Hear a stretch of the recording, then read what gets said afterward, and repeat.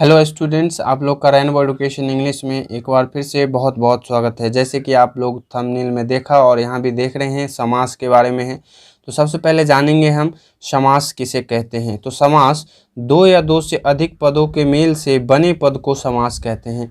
तो इससे पहले स्टार्ट करने से पहले आप लोगों को बता दूं, जो जितने भी व्याकरण के क्वेश्चन है नीचे डिस्क्रिप्शन में लिंक मिल जाएगा, वहां से जाकर चेकआउट करें, देख लें। और जो भी रेनबो इंग्लिश का है सारा का सारा सॉल्यूशन हिंदी में एक्सप्लेन किया गया है, तो वहाँ से आ जाकर के चेकआउट करें, देख लें। और इस चैनल पर नहीं है तो चैनल को सब्सक्राइब करें और दोस्तों के साथ ज़्यादा से ज़्यादा शेयर करें। तो ये देखिए, समास किसको बोलते हैं, रिपीट कर दो एक बार फिर से।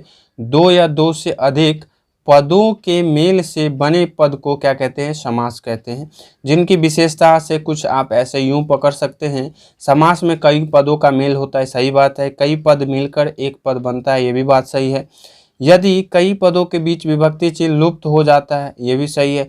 तो सारा को देखेंगे हम लोग आगे। पदों के पहला और कभी अंतिम पद प्रधान होता है। जी हाँ, कभी पहला पद प्रधान होगा तो कभी अंतिम पद प्रधान होगा। कभी कभी पद प्रधान ही खुद प्रधान हो जाते हैं, कभी भी कोई अन्य पद भी प्रधान होता है। ठीक है, तो अन्य पद भी प्रधान होता है, उसमें क्या होता है देखेंगे आगे। जितने भी सारा है इसको आप लोग याद रखने के लिए थोड़ा सा नहीं भी रखेंगे तो चल जाएगा। यहाँ से सबसे पहले हम देखते हैं समास के भेद के बारे में। ठीक है, तो समास के जो भेद होता है टोटल 6 भेद होता है। कौन कौन सा? पहला आपके स्क्रीन पे देख रहा है तत्पुरुष समास, उसके बाद दूसरा कर्मधारय समास, तीसरा बहुव्रीहि समास, और चौथा जो है द्वंद्व समास है आपका, और पांचवा द्विगु समास, और छठा और लास्ट अव्ययभाव समास। तो कई सारे बुक में पहले अव्ययभाव समास को रखा गया है, तो उसके बाद तत्पुरुष समास। तो कोई दिक्कत नहीं है, आप लोग याद रखेंगे। और एग्जाम में ये तो पूछे जाते हैं 5 मार्क्स के क्वेश्चन। समास को 100 उदाहरण जो व्याख्या करे, तो ये 5 मार्क्स के डायरेक्ट क्वेश्चन होते हैं व्याकरण पार्ट से। कोई भी क्वेश्चन नॉन प्रोनाउन यानी संज्ञा सर्वनाम या विशेषण या तो समास या तो कारक, इस सब से पूछते हैं क्वेश्चन। तो आप लोग पूरा लिख के आएंगे। आई होप इस वीडियो को अंत तक देखें तो जरूर समझ में आएगा। एग्जाम में आप लोग पूरा का पूरा मार्क्स उठा के आओ इस व्याकरण पार्ट से। तो ये जो तत्पुरुष समास है, सबसे पहले देख लेते हैं किसे बोलते हैं। ठीक है, तत्पुरुष समास, इसमें पहला पद प्रायः संज्ञा या विशेषण होता है। ध्यान में ये रखना है, तत्पुरुष समास में इसका पहला पद हमेशा क्या होगा, प्रायः संज्ञा या तो विशेषण होगा, और दूसरा पद जो होगा वो संज्ञा होता है, दूसरा पद प्रधान होता है। ये भी ध्यान रखना है, जो दूसरा पद होता है वो क्या होता है, प्रधान होता है। अब जैसे इसमें कारक हमने पढ़ाया था, नहीं देखें तो नीचे डिस्क्रिप्शन में लिंक मिल जाएगा, वहाँ से देख सकते हैं। कारक के हिसाब से ये जो कर्म तत्पुरुष बनाया गया, करण तत्पुरुष, संप्रदान, तो इसी तरह से कारण अधिकरण में जो भी है इस तरह से ये तत्पुरुष का एग्जाम्पल है। जैसे आप देख लेंगे, स्वर्गो प्राप्त, स्वर्ग को प्राप्त, स्वर्ग प्राप्त यानी स्वर्गो प्राप्त, सिर तोड़ यानी सिर को तोड़ने वाला, तो सिर तोड़। तो ये बहुत सारे एग्जाम्पल्स हैं। ये तो हो गया किसका, आपका तत्पुरुष समास का। नेक्स्ट है, हम देख लेते हैं, नेक्स्ट है मेरा कर्मधारय समास। देखिए, कर्ता तत्पुरुष को ही कर्मधारय कहते हैं। कर्ता अर्थात प्रथम विभक्ति के पूर्व और उत्तर पद विशेष के रूप में हो सकते हैं, इसे हम कर्मधारय समास कहते हैं। जैसे नवयुवक, नव जो है युवक, तो ये जो नवयुवक है कर्मधारय समास है। जैसे आप लोग मोस्ट कॉमन एग्जाम्पल एग्जाम में जो आता है, पीताम्बर कौन सा समास है, तो जिसका पित्त है अंबर उसको हम पीताम्बर कहते हैं। जैसे परमेश्वर, परम जो है ईश्वर में ईश्वर है, उसे ही परमेश्वर कहा जाता है। नील कमल, नीला है जो कमल, जिसका कमल नीला है उसे हम नील कमल बोलते हैं। ठीक है, महात्मा, आत्मा में जो महान है यानी महान है जो आत्मा, उसे हम महात्मा कहते हैं।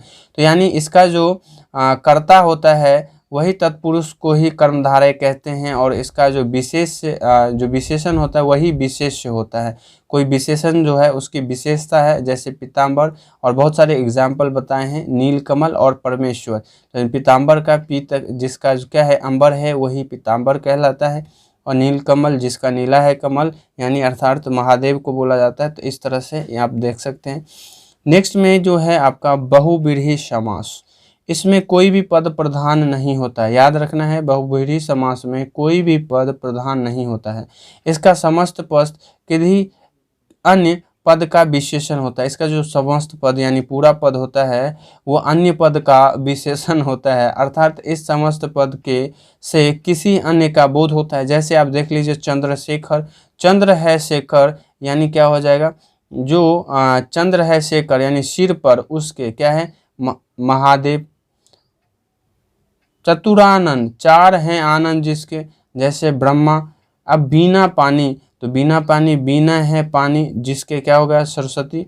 नीलकंठ, जिसका नील है कंठ जिसका अर्थात महादेव। यहाँ से है दशानंद, दस है आनंद, आप लोग जानते हैं दशानंद किसको बोला जाता है, रावण को। तो ये सब सारे जितने एग्जाम्पल्स हैं बहुव्रीहि समास के हैं। अब उदाहरण के साथ देखते हैं नेक्स्ट द्वंद्व समास, ठीक है। तो आप लोग पेन कॉपी लेके वीडियो को पॉज करके जरूर लिख लें इसको, ठीक है। द्वंद्व समास, जिसके सभी पद प्रधान होते हैं, याद रखना है द्वंद्व समास उस समास को बोलेंगे जिसके सभी पद प्रधान होते हैं और प्रत्येक योजक अवयव का लोप हो जाता है। जैसे आप देख सकते हैं हाथ पाँव, माता पिता, इसको पहचानने के लिए क्या है बीच में लोप का देखते हैं, यहाँ से अवयव योजक लगा हुआ है। हाथ पाँव, माता पिता, जो है लोटा पानी, दाल रोटी, पाप पुण्य, भाई बहन, घर द्वार। तो इस तरह से पहचानने का आपके एग्जाम में इतना मस्ट कॉमन अगर पूछ देगा जो माता पिता कौन से समास के अंतर्गत आता है या है, तो बोलेंगे द्वंद्व समास, ठीक है। या तो बोलेगा हाथ पाँव, या बोलेगा दाल रोटी, या पिता पुत्र, या जो भी घर द्वार, तो ये टिक लगाएंगे द्वंद्व समास में। उसके बाद है द्विगु समास, ठीक है।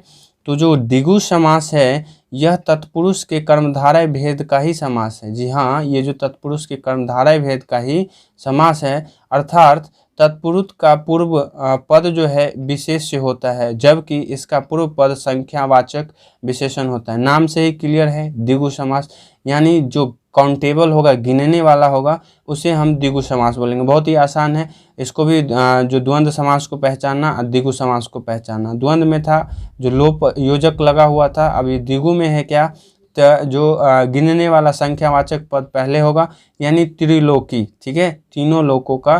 पंचवटी यानी पांचों बटी का, ठीक है। दोपहर, ठीक है। चौराहा, चारों साइड वाला चौराहा। तो इस तरह से बहुत सारे एग्जाम्पल्स हो जाएंगे। चतुर्भुज, जिसके चार भुजाएं हैं, चतुर्भुज, ठीक है। तो ये इस तरह से आपका एग्जाम्पल हो जाएगा द्विगु समास का। लास्ट समास जो है अव्ययभाव समास, जिसमें पहला पद अवयव होता है, उसे ही हम अव्ययभाव समास कहते हैं। क्या कहते हैं, जिसका पहला पद अवयव होता है उसे अव्ययभाव समास कहते हैं।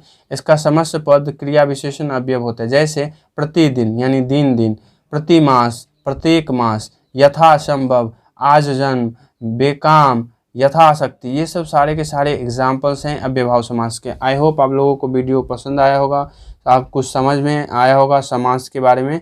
अगर नहीं भी आया है तो एग्ज़ाम के लिए आप क्या करेंगे, आप लोग क्या करेंगे एग्ज़ाम के लिए, जितने भी हम लिखाया है आप लोग इसको अच्छा से वीडियो पॉज करके कॉपी में लिख लें, और लिखने के बाद क्या होगा आप लोग को जो एग्ज़ाम के लिए आसानी होगा वहाँ पे आप लोग लिख के आएंगे, ठीक है।